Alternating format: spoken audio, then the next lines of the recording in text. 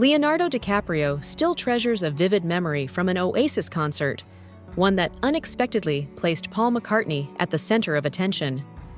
On September 6th, the Rose Bowl Stadium in Pasadena was brimming with celebrities for the launch of Oasis's Live 25 tour.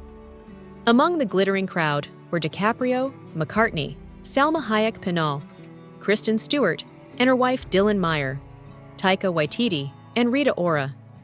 But despite the star-studded audience, DiCaprio later shared that all eyes seemed to gravitate toward McCartney. The actor described how thrilling it was to see Liam and Noel Gallagher reunite on stage, even slipping a Beatles classic into the set list.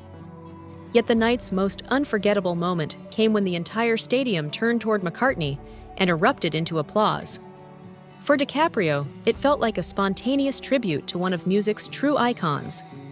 He likened the excitement surrounding Oasis's return to the kind of devotion often sparked by Radiohead, fans willing to do anything to witness such rare and historic performances. McCartney's gracious presence brought an added layer of meaning, especially given the long-running comparisons between Oasis and the Beatles.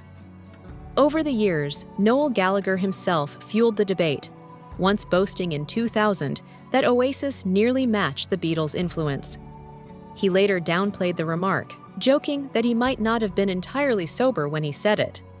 Even McCartney weighed in on the comparisons during a 2016 interview, reflecting on Oasis's bold claims with a mix of amusement and perspective. That playful rivalry only underscored how enduring the Beatles' shadow remains in the world of British rock, and how even decades later, a Beatle can still steal the show without saying a word.